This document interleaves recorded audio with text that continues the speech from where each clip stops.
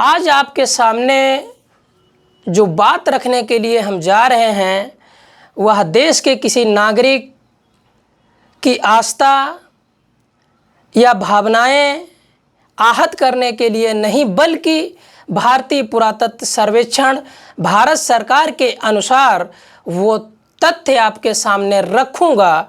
और इस बीच में अगर किसी की भावनाएं या आस्था को ठेस पहुंचती है तो हमें माफ़ करिएगा।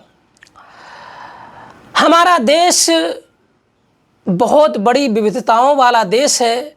यहाँ तमाम धर्म के लोग अपनी अपनी आस्था के अनुसार रहते हैं, उसकी पूजा अर्चना करते हैं, फॉलो करते हैं।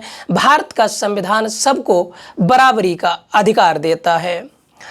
अब हम बात करते हैं भारत के जो मूल स्ट्रक्चर की जो सत्यता है उसको छिपाया गया है और एक मिथक परोसा गया है, और उसी मिथक को के आधार पर लोग इसको फॉलो कर रहे हैं।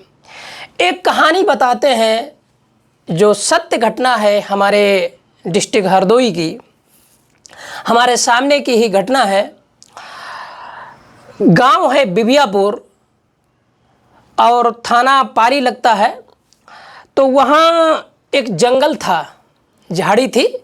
तो उसमें कुछ लोग गांव के लिए जैसे बरसात होने के बाद में जब घर की लीपा पोती होती है तो मिट्टी लाने के लिए वहाँ खुदाई कर रहे थे। तो उसमें एक काफ़ी बड़ा पत्थर ज़मीन में काफ़ी गहराई तक गड़ा हुआ था। सबसे नीचे 8 कोने थे, फिर 4 कोने थे, फिर उसके ऊपर गोल, मतलब ऊपर का जो हिस्सा था गोल, उसको ये खबर फैल गई चारों तरफ में कि ये शिवलिंग है। और शिवलिंग जैसे ही लोगों ने, क्षेत्र के लोगों ने जाना कि यहाँ पर बिबियापुर के क्षेत्र में गांव में पास में एक शिवलिंग निकला है, तो भाई तहलका मच गया, सब लोग देखने के लिए पहुँचे। और वहाँ पर उस समय पर हमारे पाली के विधायक थे, वर्तमान में बाबू खां विधायक थे। उन्होंने आनन फानन में वहाँ पर मंदिर बनवाने का ऐलान कर दिया। अब भैया वहाँ मेला न लगने लगा है। अब सत्य तो ये है कि व्यवस्था ने जो स्ट्रक्चर वहाँ पर निकला था वो स्ट्रक्चर को शिवलिंग बताया गया है, बट वो शिवलिंग नहीं है। शिवलिंग अगर होता, शिवलिंग की आकृति जैसा होता। लेकिन मैं आपको दिखा देता हूँ, एक तस्वीर आपको दिखाता हूँ। ये तस्वीर आप देखिए, इसमें आपको कई शिवलिंग जैसी आकृति के दिख रहे होंगे। आप देख सकते हैं, इसमें कोई दिक्कत वाली बात नहीं है। ये सभी शिवलिंग जैसी आकृति के हैं।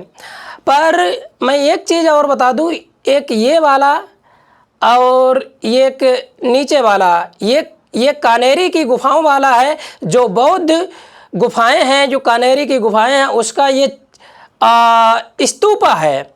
और ये भी जो मैं आपको दिखा रहा हूँ, ये वाला, ये अचलपुर बैरंजा का है। अलेक्जेंडर कनिंघम के अनुसार यह बौद्ध स्तूपा है, मनौती स्तूप इसको कहा जाता है। लेकिन भारत की व्यवस्था ने किस तरीके से उस मूल सत्य को छिपा दिया और एक अंधकार वाली चीज़ देश के लोगों को परोसी गई, और इसके आधार पर पूरा देश शिवलिंग के रूप में इसको पूज रहा है। गलती देश के लोगों की नहीं है, मैं स्पष्ट कर देना चाहता हूँ। देश के लोगों की गलती नहीं है। जैसा व्यवस्था ने बताया वैसा व्यवस्था ने स्वीकार कर लिया, और इसमें जिम्मेदारी सरकार की भी है। सरकार को भी अपने देश के लोगों को जागरूक करना चाहिए। पढ़ाई लिखाई तो एक अलग मैटर है, लेकिन जागरूक करने की भी जिम्मेदारी सरकार की है। सरकार के माध्यम से भी लोगों को नहीं बताया गया कि मूल स्ट्रक्चर है क्या। अब सरकार ने नहीं बताया, लेकिन जो देश का संविधान का जो कहते हैं लोकतंत्र होता है ना, लोकतंत्र का जो चौथा स्तंभ होता है मीडिया। और मीडिया की जो सबसे बड़ी नैतिक जिम्मेदारी होती है कि देश की जनता को वो सत्य दिखाया जाए, सत्य रखा जाए। लेकिन मीडिया ने भी इसको छिपा के रखा, नहीं बताया। लेकिन मैं आपको बता देता हूँ, देश के नागरिकों से मेरा आग्रह है, अनुरोध है, निवेदन है कि कम से कम उस सत्य को तो पहचानो। और जो आँखों पर हमारे पट्टी बंधी है उसको अब उतारना ही होगा, क्योंकि जब तक हम उतारेंगे नहीं तब तक वो सत्य उजागर नहीं होगा। साथियों, भारत में जो व्यवस्था शिवलिंग बताती है वो शिवलिंग तो वाकई में नहीं है। और ऐसी आकृति के शिवलिंग देश में हजारों नहीं बल्कि हजारों हजार संख्या में आपको मिल जाएंगे। हमारे भारत में भी मिल जाएंगे और हमारे भारत के बाहर भी, पाकिस्तान, अफगानिस्तान, ईरान तक में ये ऐसे आपको शिवलिंग अर्थात स्तंभ मिलेंगे, मनौती स्तूप मिलेंगे। या ऑर्जिकल सर्वे ऑफ इंडिया के रिपोर्ट के अनुसार मैंने आपके सामने ये बात रखी। अब बात आती है कि भावनाएं आहत करने वाली बात। इसमें भावनाएं आहत करने वाली कोई बात नहीं है। बात यह है सिर्फ अपनी आंखों से पट्टी उतारें और सत्य को पहचानें। हमने आपको जो बात बताई है इसमें कोई मिथक नहीं है, कोई झूठ नहीं है। जो भारतीय पुरातत्व सर्वेक्षण भारत सरकार की रिपोर्ट कहती है उसके जो एविडेंस है उसके आधार पर मैंने ये सारी चीज़ें आपके सामने रखी हैं। अगर ये बात आपको अच्छी लगी हो तो अपने 4 दोस्तों को ये वीडियो ज़रूर भेजें और सत्य को स्वीकारना सीखें, सत्य को पहचानें।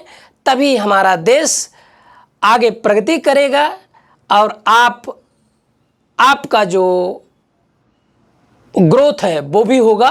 जब देश आगे बढ़ेगा, ग्रोथ करेगा तो आपका भी ग्रोथ होगा। तो इसी के साथ आप सभी को नमस्कार। जय भारत, जय संविधान, जय लोकतंत्र। आप अपना ख्याल रखें। शुक्रिया, धन्यवाद।